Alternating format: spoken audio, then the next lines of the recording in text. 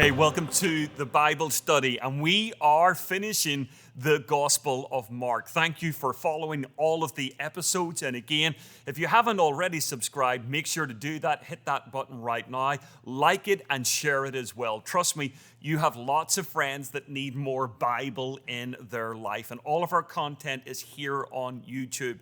And to throw out as well, what we haven't been covering here on the Bible study, you can get also the other parts of Mark from our weekend teaching. All of that's on YouTube. Again, I'm going to say it, subscribe, click, like, share. Our world needs the good news and the truth of the Bible today. So we're going to be looking at, in this episode, Mark chapter 15 from verse 33. And I'm joined with my very good friend, Mr. Mark Clark, all the way up there in Vancouver. And I believe that it's actually a sunny day. Is that correct, Mark? It is a sunny and warm day here, so now we're good. Well, the day of miracles is upon us, so we are excited about that. So let us jump into this passage. I'm going to give you some of the context, and it's real simple. The Gospel of Mark, it's like one drama in three particular scenes. And it starts off in Galilee, where Jesus begins to talk about the Son of Man and the kingdom of God. And then there's the part where they start heading from Galilee down south towards Jerusalem. And there's a lot of teaching that happens on the way. But here we are in Mark chapter 15. We're in the Passion Week. We're at that point where Jesus is being crucified. This is so important, obviously, within the life of Jesus, the experience of the disciples, but also for every single follower of Jesus Christ. It is essential that we have an understanding of the death and the resurrection of Jesus Christ. Paul says this, that if Jesus wasn't raised from the dead, well, do you know what? We don't even have a faith at all. We might as well just pack up shop and go to Costco, everybody. But no, we have a faith where God himself died for us. So Mark's going to unpack this passage from verse 33, looking at Jesus and also delving into some of the Old Testament scriptures that Jesus quotes from the cross. So Marcus, over to you. Thank you, sir. So one of the things that people oftentimes critique or try to set up a kind of a false dichotomy is that in order to understand the theology of the cross, in order to understand the theology of the New Testament, you have to go to the epistles, because the Gospels are just like stories, and then later the epistles will extrapolate on what those stories mean.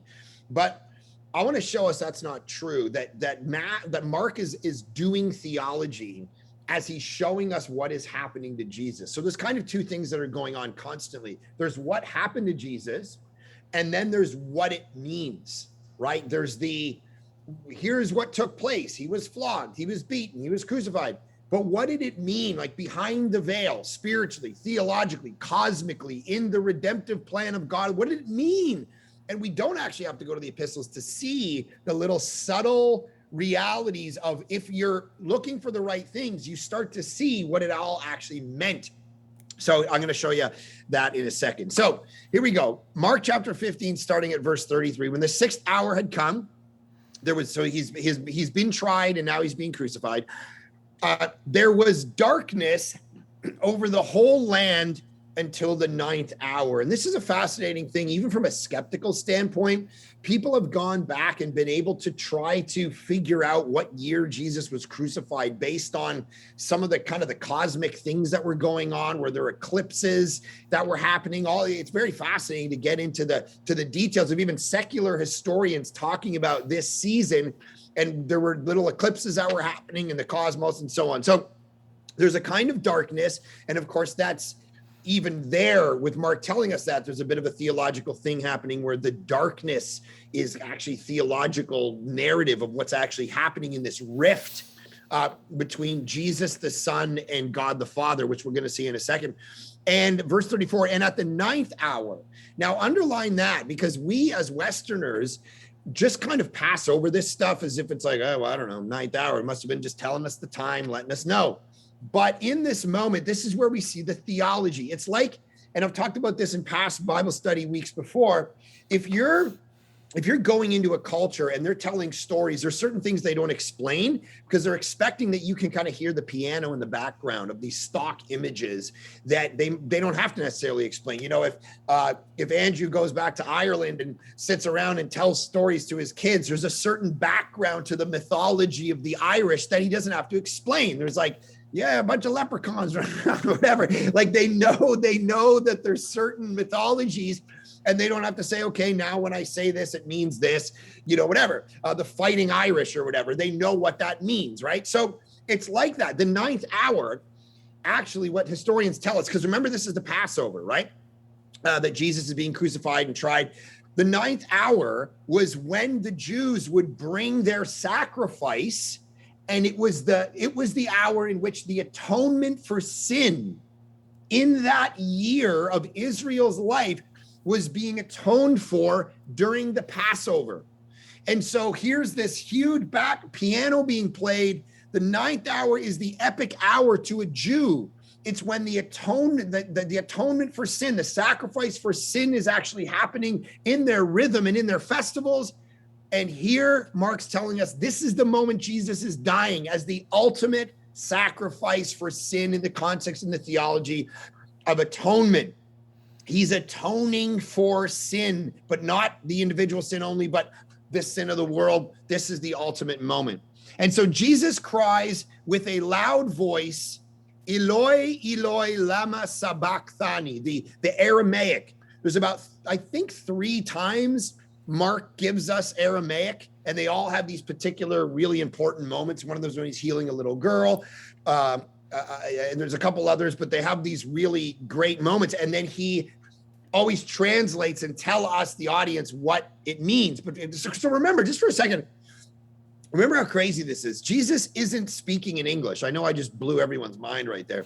But when Jesus is talking, when he's walking around, he's not speaking English. In fact, he's not even speaking Greek, which is what Mark is written in. So when we read a Greek word, we're reading it and we're saying, okay, this is the English word. But that Greek word has been translated from the language Jesus is actually speaking, which is Aramaic. So he speaks Aramaic. They write the translation down in Greek, and then we write it down in English. So it's a very fascinating thing. But here is literally the words coming out of his mouth. Beautiful. And then he tells us what it means. My God, why have you forsaken me? Which is a quote from the Psalms, this great psalm where David is crying out and he's saying, my suffering, my pain, I am being forsaken by God. And let's just stop right there, because here's the thing. And I don't think this is just a little preacher point. I think it's fascinating that every time Jesus addresses God through the Gospel of Mark, I believe almost every time, if not every time, he addresses him as Father, but now he addresses him and says, my God. There's this distance that's taking place in the Godhead right now. There is a forsakenness. The Father is forsaking the Son in this atonement way where he can't look on the sin. Sin is being piled up on Jesus. Jesus is becoming sin personified, and the Father can't look on it. He can't be in the presence of it. And so there's this rift taking place, this torturous rift. Beyond any pain that Jesus suffered physically, there's the spiritual, emotional torment of this ultimate relationship being cast out almost. He can't look upon the sin. And so there's why have you forsaken me? This is the worst moment of my life. This is what Jesus is going through for us. And some of the bystanders hearing it said, behold, he's calling Elijah, which is fascinating because, of course, Elijah, in their view of the end times, their eschatology, their view of the end of the world was Elijah was going to come first and then the Messiah. So he's calling for Elijah. Elijah's going to show up and do some crazy miracles. And someone ran and filled a sponge with sour wine, put it on a reed and gave it to him to drink, saying, wait, let us see whether Elijah will come to take him down. And Jesus, so they're mocking him. And in our life, here's the beautiful thing about the God that we get in Jesus Christ. Have you ever been mocked before? Have people ever cast you aside before? Maybe even parents. You know, I had a dad who was a deadbeat. He was a drunk. He abandoned our family. My parents divorced when I was 9 years old. Man, here's Jesus feeling a forsakenness and a distance even from his Father. Here's people mocking him. Here's people saying, you know, you say this about yourself. Let's mock him. Let's make fun of him. Let's laugh at him. Jesus is the God who can understand that in your life. And that's the beautiful thing about the God that we see in Christianity. Let us see whether Elijah will come take him down. He's mocking him. And Jesus uttered a loud cry and breathed his last. I love this because this is like, you know, we were talking a couple sessions ago about not Jesus meek and mild, but Jesus, you know, crazy and wild or whatever. It's like this sense of like a loud cry. He's screaming, right? Usually we just look at Jesus. He's like, he whispers his last. He's like, and he dies. This is a loud cry. Ah! Like you're hearing this echo through the town, boom, and then he dies. He breathed his last. And the curtain, verse 38 of the temple was torn in two from top to bottom. And of course, this is Mark doing theology too, because the temple was the place where the presence of God was to go into, and you have to pass through the curtain to get into the presence of God. And here, because of the work of Jesus, the presence of God is now open to the world in a way that it wasn't true before, because of this moment of atonement. So the temple was also the place where the ultimate sacrifice would take place. So the sacrifice is happening. The temple's no longer needed. It's a judgment image. And it's also the veil is torn. Presence is now available to the world because of the work of Jesus. And let me just share with you a couple things, because I think there's a theology piece to this that's amazing that we sometimes miss. If this veil being torn is true, there's a few things about the cross that Andrew and I as preachers that we tend to focus in on, right? Like when we're preaching week in and week out, we talk about how the cross is for the forgiveness of sins. We talk about how the cross is these things. But throughout church history, there's been lots of different angles on what the cross is actually accomplishing. And in my book, The Problem of Jesus, I actually talk about this in the chapter on the death of Jesus, and I talk about this. So there's the Christus Victor part of the cross, which is that Jesus is actually defeating Satan and demons in this moment of the cross, right? Rarely do, like when Andrew and I are preaching, we don't tend to be like, okay, everybody, Jesus cross, here's what it accomplished. It killed demons. You know, it tends not to be what we preach about, but it is a huge part of what the rest of the New Testament tells us Jesus was actually accomplishing in his life. There's the redemption aspect where the cross buys us back from the slavery of death and sin.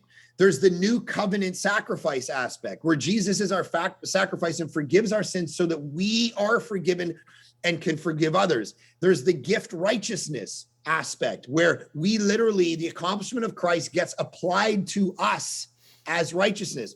There's justification, which is because of Jesus' work, we're declared righteous in the law court of God. There's propitiation, which is that the cross satisfies the wrath of God so that the wrath of God gets put on him rather than us and turns our relationship with God into a favorable one. And then there's expiation.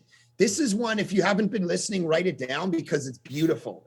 Expiation is a part of Christian theology that says the cross, the sacrifice of Jesus not only forgives your sins, this is beautiful, listen, it forgives the sins that have been done against you.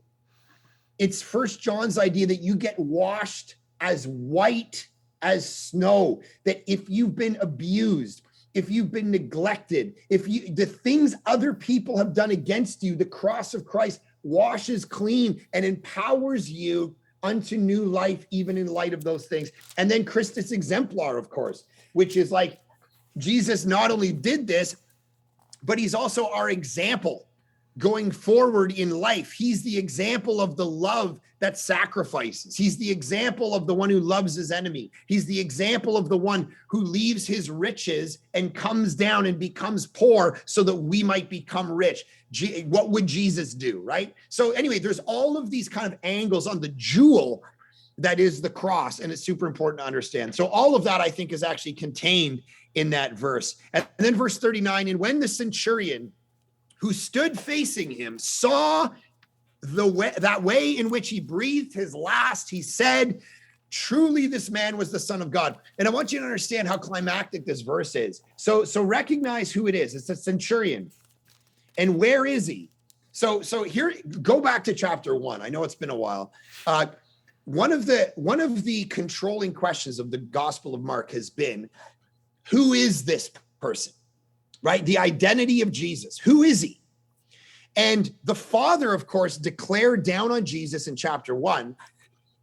What did he say? You are my beloved Son, in whom I am well pleased. But listen, when the demons started screeching about it in chapter 1 and 2, what did Jesus say? Be quiet. I don't want you to tell anybody this. And there's this been bubbling question about the identity of Jesus. Then we get to halfway through the gospel, and it's chapter 8, and the question arises, who is this? And of course, we see Peter half gets it. Remember, we talked about the like people like trees walking around. You are the Messiah. And then Jesus says, here's what that means. It means I'm going to suffer. And Peter goes, oh, I don't like that version. And Jesus goes, you only half get it. You don't really see yet.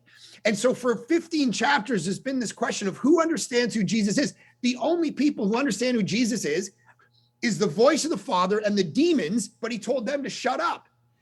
So who knows who he really is? This is the climactic moment. The first person in the Gospel of John, or excuse me, the Gospel of Mark, who really understands who Jesus is a centurion. And where's he standing?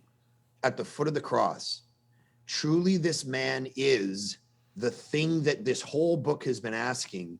And the only time you and I really, truly get who Jesus is when we stand at the foot of the cross. That's what Mark is trying to tell us. When we're there and we're seeing the way in which he died, that's the only way we really understand the identity of who Jesus is. And so there were also women looking on from a distance, among whom were Mary Magdalene and Mary, the mother of James, the younger, and of Joseph and Salome. And when he was in Galilee, they followed him and ministered to him.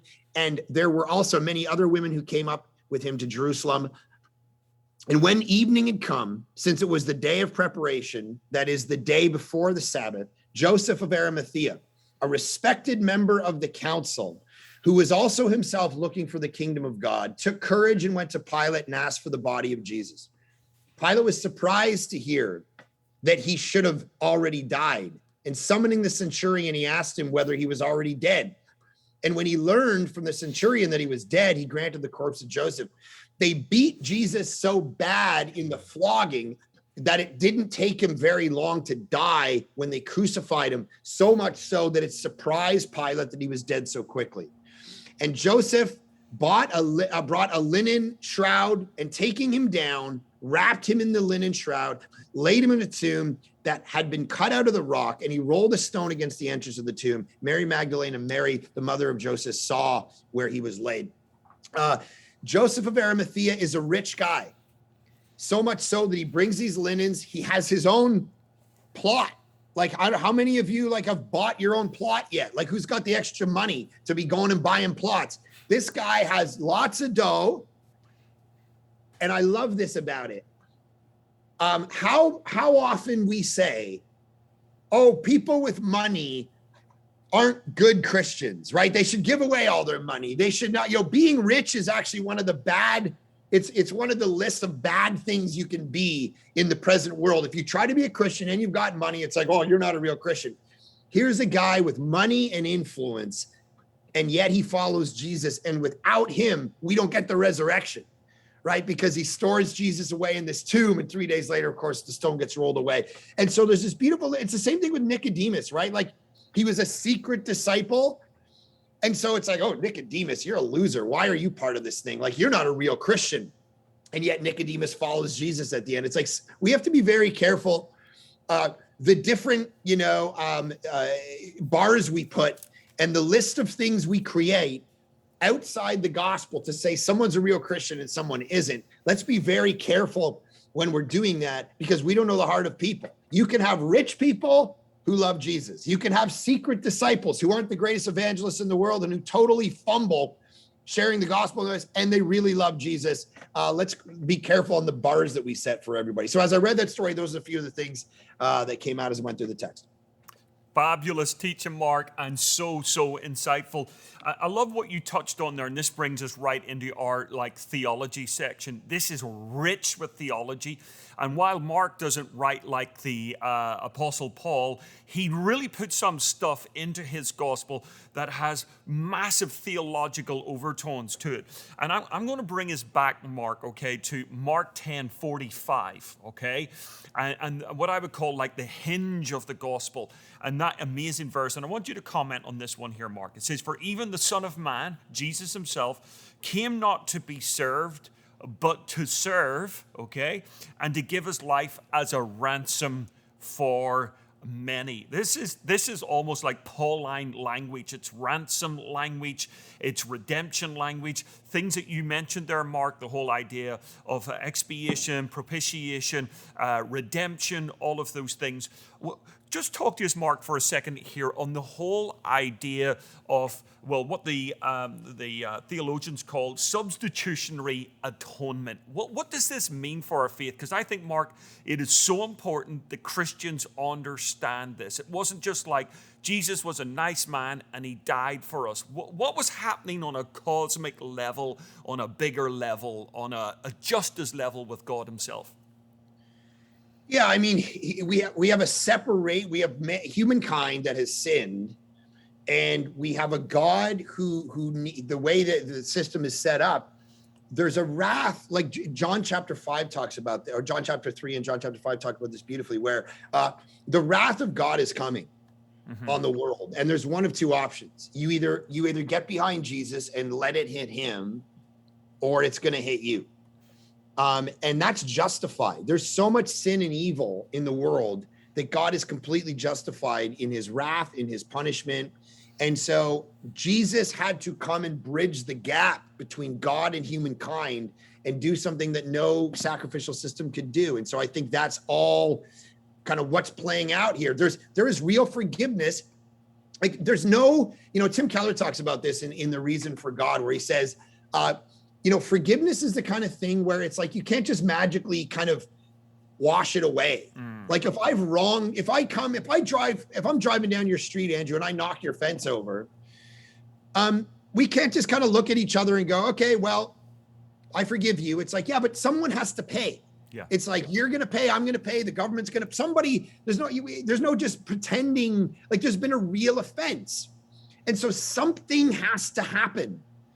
And that's why, Jesus is coming and doing this, living out this life of obedience and accomplishing this great task that, of course, Israel was called to do. And he becomes this climax to Israel's very vocation in the world. That's why, like, when you go back, you were alluding to the Old Testament stuff, the piano in the background, Isaiah 53, when you read Isaiah 53 and it's the suffering servant, and he's going to get beaten and he's a lamb to the slaughter and all of that. And he did not open his mouth, and it pleased God to crush him for our iniquities. When Israel read that, if you walk up to a Jew today and you go, who is this? They go, it's Israel. Or they go, it's the Messiah, the representative of Israel. But it's Israel's kind of cruciform pattern being played out in history. It's being in the garden, but then being exiled. It's blessing and cursing. It's being in the promised land, but then being taken out. And it's all of this death and resurrection pattern in Israel's history being stitched in, that now Jesus comes and fulfills in himself in a beautiful way, accomplishing what Israel could not. And this is Paul's whole point in Romans and Galatians. He's doing the thing that Israel couldn't end up doing. Fabulous stuff. So, Mark, just trying to delve into this deeper, okay? And I want to encourage every viewer that's obviously watching at the moment, what Mark just alluded to there, or talked about from Isaiah chapter 53, 52 as well, chapter 52, the end of it. I really encourage you, once you finish watching this session, go and read that stuff, because you're seeing hundreds of years before a prophecy coming that really messes with the mind of a Jew or any of us. We love the story of a hero, and most of our Marvel heroes are strong. They have a secret power, but actually Jesus' strength was his ability to suffer, lay down his power and suffer for us. So I really want to encourage you to read that. But Mark, I want you to comment here on what I think is one of the greatest verses in the New Testament, 2 Corinthians 5:21.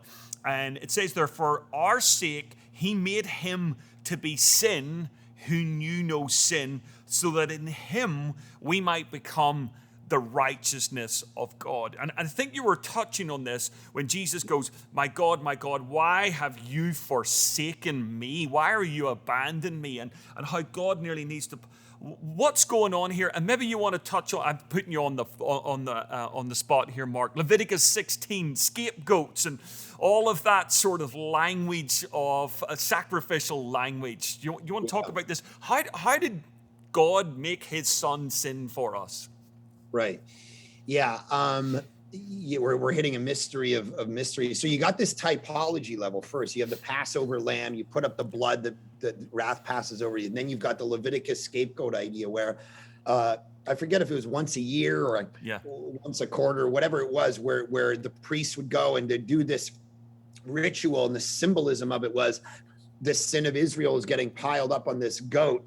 And then you send the goat out into the wilderness and they go, fall off a cliff or whatever, or you slaughter it. And it says, hey, look, this was a substitute for us. This was a thing that took our sins out of the camp. And now we're purified for another year. And that always means blood. That means death. Blood means life. All of those images coming together in what Jesus is doing. And now you have that, which is what you're alluding to in 2 Corinthians 5, where it's like, he who knew no sin, Jesus, sinless. I mean, let's just stop right there. There's a whole sermon. What are we talking about? Jesus Christ. Like, Andrew, you've sinned 28 times since we started this, video. 29. 29 times. Like, what are we talking about? How does a guy who's fully human never sin? Never has a lustful thought, never is egotistical, never is proud, never is greedy, never says a word to somebody that they didn't deserve, never judges anyone. I mean, this beautiful purity of life that only happens through Jesus. Hebrews tells us was hit with every temptation we get hit with, and never sinned. Beautiful thing. So he who knew no sin became sin. It's actually a devastating verse because he literally all sin gets piled up onto Jesus. Every time we've been greedy, every time we've been lustful, every time we've lied, he becomes the sin himself. Like, can you imagine the emotional, the psychological, the spiritual things that are going on? It's the image of, and whether you believe Jesus, don't hear me saying, whether you believe Jesus actually literally went to hell for 3 days or not, I don't necessarily think the New Testament teaches that, but so don't hear me saying that, but in the metaphor, I love what one writer says when he says, Jesus Christ went to hell for you so that you wouldn't have to go. And what I mean by that, even in reading that text, is he became sin. He became all of that distance from the Father, all of the psychological, like the stuff that he went through was hell. It was a kind of hell. It was a kind of disconnect from God that you would never want to experience. He became sin, it says, so that in him we might become the righteousness of God. And this is what Martin Luther called the great exchange. He took our sin and we take his righteousness. That's the great exchange. And we become the righteousness. God declares us righteous, both in a kind of a forensic law court sense, but also in our life. And that's the beautiful part. It's like, Andrew and Mark can pursue being godly because Jesus took our sin. So that's not just like some cold, forensic statement. That's like, he took your sins. Like, you don't have to do them, because he took them and he empowered you to become the kind of righteous person that doesn't actually do them. That you don't have to lie, you don't have to be greedy, you don't have to, all of these things, you don't have to practice them anymore because of the accomplishment of what he did. Great stuff.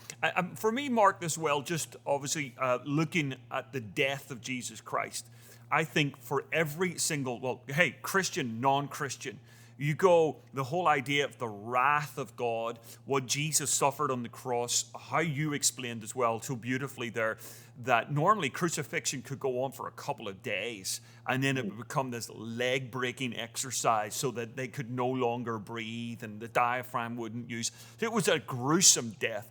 The whole thing, Mark, just screams at me that sin is serious. Like, sin is absolutely so serious. And actually for the Christian as well, because, the Bible talks about, careful not to trample the blood of Christ onto your foot, what he did for us. And I just think, on this whole sort of practical side now of application, I don't think as Christians we need to walk around all nervous. Oh, I made a sin and I'm going to get punished for it. But I do think on the other side, there needs to be a healthy fear of God in our lives. Yeah, do you agree with me on that, Mark? A fear of sin and a fear of God. Not a fear of losing our salvation, but just sin is serious. Yeah?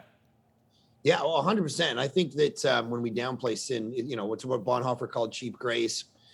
It's the idea, the way I explain it is, the sight of blood makes people puke, or pass out. If I walked into an ER and there was some guy bleeding out, I might get dizzy, right? I got a buddy who, whenever he sees his little kid, he falls over, he's done. It's to shed the blood of something. That's serious. For this to be this disgusting, this is, looking at blood and passing out and puking. This is what God thinks of sin. It's this atrocious. It's not funny. Mm-hmm. It's not cute. It's not fun. And this is why, I shared a couple of weeks ago at church, I was kind of saying, there's all these people who they're like, okay, what am I going to let my teenage kid watch? Well, I'm not going to let them watch horror movies because that's gruesome and gross and whatever. But that's so explicit, because you let your kid watch Friends, and Friends could be just as destructive, but you're laughing the whole time because of the way it's insidiously giving you worldview ideas about sexuality and power and womanhood and manhood and what it means to sleep around with whatever, but you're laughing. And it's what Neil Postman said, we're entertaining ourselves to death, a kind of spiritual death that we don't even feel because we're laughing the whole time. And that's almost more dangerous. And so what you're talking about is the death of Jesus puts it in our face and goes, no matter how you feel about sin, no matter how you might poke around and think it's funny and think it's this and think it's harmless, this is how serious it is. Wow. It's serious. Hey, we're preaching today, people. We are preaching in this session. This is serious stuff. And then again, practically in the whole idea of application, Mark, how important is the Lord's Supper to us? Holy Communion, the breaking of bread, the Lord's table, all those things.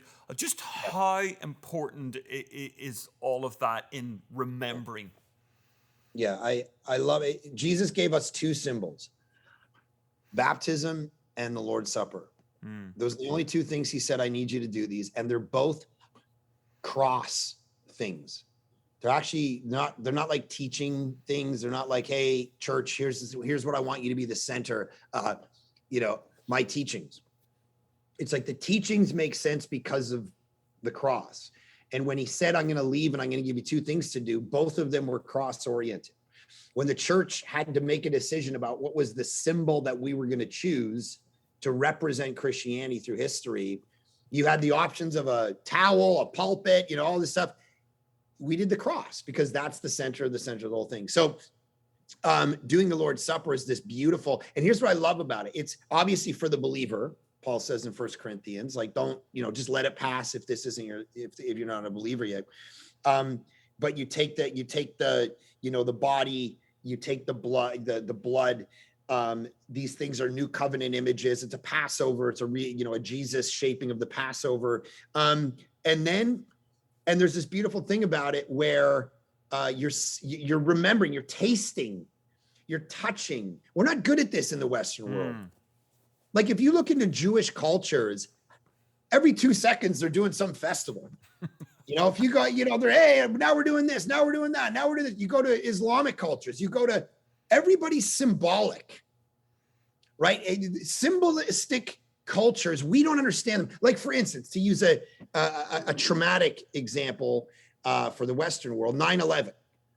So 9/11, and I think I might've talked about this in one of the other studies, but it's like, what is that? It's the World Trade Center, the economic symbols of 2 buildings, and it's the Pentagon, which is the military. This is how the Middle Eastern mind works. Let me go at things that are symbolic to things that we think are oppressive. That's what a symbolic people do. In the West, we just go, oh man, 2 buildings, crazy. We don't get why they hit those targets. So this is a symbolic. When Jesus goes, I want you to take bread and wine. I want you to taste the broken body. I want you to taste the blood. Like this is beautiful. And I think we need to recapture some of this in the West. I think even as we move into reaching a post-Christian culture, I think it's going to be a beautiful thing to say, look, communion, baptism, these are actually stakes in the ground and they mean something. There's an ongoing beautiful aspect to partaking of them. And I also use them, lastly on this, evangelistically, because I say to people, hey, look, if you're not a believer, don't take communion right now, but maybe you want to believe in Jesus today. And this can be your first time. The table's open to you as long as you understand what you're doing. And so I love that dual aspect of communion. It's for the believer, obviously, but it has this beautiful invitation for the beginning of a relationship with Christ as well. Yeah. Here, and one more idea here on the whole, of what does this mean for our lives and application. Yep. I want to read here from Hebrews chapter 4 and verse 14. And we nearly need like the choir to come on now and start swaying behind me because this stuff is so good. It says, therefore, since we have a great high priest, Jesus, who is ascended into heaven, Jesus, the Son of God, let us, every Christian, hold firmly to the faith we profess. For we do not have a high priest who is unable to empathize with our weaknesses, proved in the whole Gospel of Mark. He lived in humanity. He was raised as a child, a teenager. The man had a business. He knew what it was to work, to have taxes, to live with real people, real temptations. But we have one who has been tempted in every way, just as we are, yet he did not sin. And let us then approach God's throne of grace with confidence so that we may receive mercy and find grace to help us in our time of need. So Mark, I know earlier on you resisted all that preaching inside of you when you talked about the curtain being torn in two. What does this really mean for a believer? So let me quote, as you were setting up that question, I thought of this quote from Herman Bavinck. He says this: God lays aside his wrath, changes his disposition towards the sinner, forgives the transgressions, and admits him again to his presence and fellowship. Wow. And the forgiveness is so perfect that it can be called a blotting out, Isaiah 43, or as casting of the sins into the depths of the sea, Micah 7.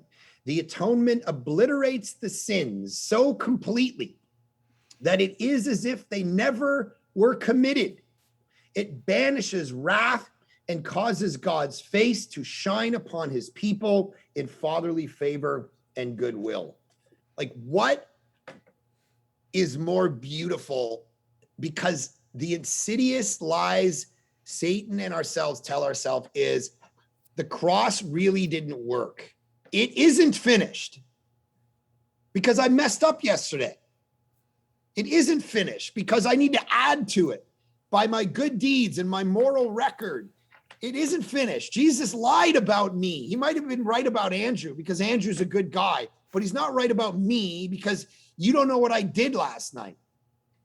And what Bavinck is saying is, imagine a concept where they're so obliterated and it's so final that it's like they don't exist. That's what God thinks of you. Not because you did a good job, not because you did a pilgrimage, not because you pray 3 times a day, not because you don't watch rated R movies, but because of what Jesus did on the cross, period. And that gets me to go, okay, now I can walk in freedom without the shame and the guilt that comes at me every single day from the people around me that remind me of the mistakes, that remind me of the sins. The Father's saying, that ain't me because of Jesus. I don't remind you of the sins. I don't hold these against you. There's no bigger freedom than that.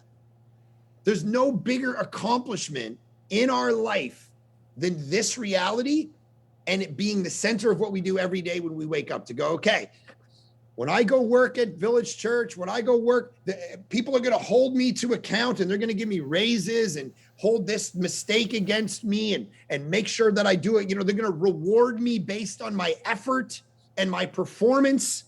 And at every moment, the gospel just pushes against it and goes, you realize that's not what God's doing. I want you to be a hard worker. But God's not doing that with you in regard to your salvation. It's done. Your sin is obliterated in the sea, never to be looked at again. That's what Jesus accomplished. It's full. And that's one of the things that I'm not sure that the modern church really grabs a hold of. I think we just continue to believe it kind of worked, but we got to keep earning it. Amazing. I finish with this. We have an incredible kids camp around here. We call it Breakaway. And it's tons of children come that don't normally come on a weekend services, but they're from the local area and they come from a Monday to Friday. Have a remarkable experience. And I love it so much because so many of the parents walk up and they walk straight past me and there's no, hi, Pastor Andrew. They don't know who I am. They never come to church. It's a fabulous week. And just this week, in the middle of all of that, one of the kids turned round to their small group leader, and simply asked this question. They were outside on our campus and they said, hey, what are those 3 T's for? And they went, what? What are those 3 T's for? And it's 3 crosses that we have right at the beginning of our campus. And I thought, wow, what an illustration for Mark and I, for every Christian to live our lives, not with a cross around our neck, but actually with a cross imprinted on our lives and to share the good news of the cross of Jesus Christ.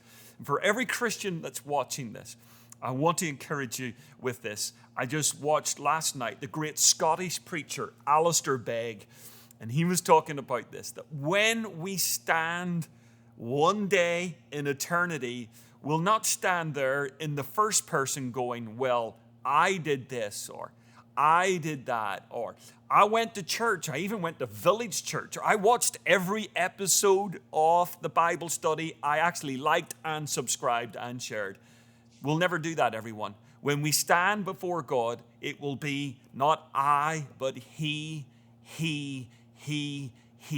Jesus, Jesus, Jesus, He did it all. So let me encourage you as we finish this session, as we finish this book. It's always been about Jesus. It will always be about Jesus. Read Isaiah 53. Read chapter 15 in all its entirety. Make sure and jump over to the weekend teaching as well, because here's the good news, everyone. Not only did He die for us, but He rose as well for us. Thank you so much again, Mark, for joining us. God bless you, my friend.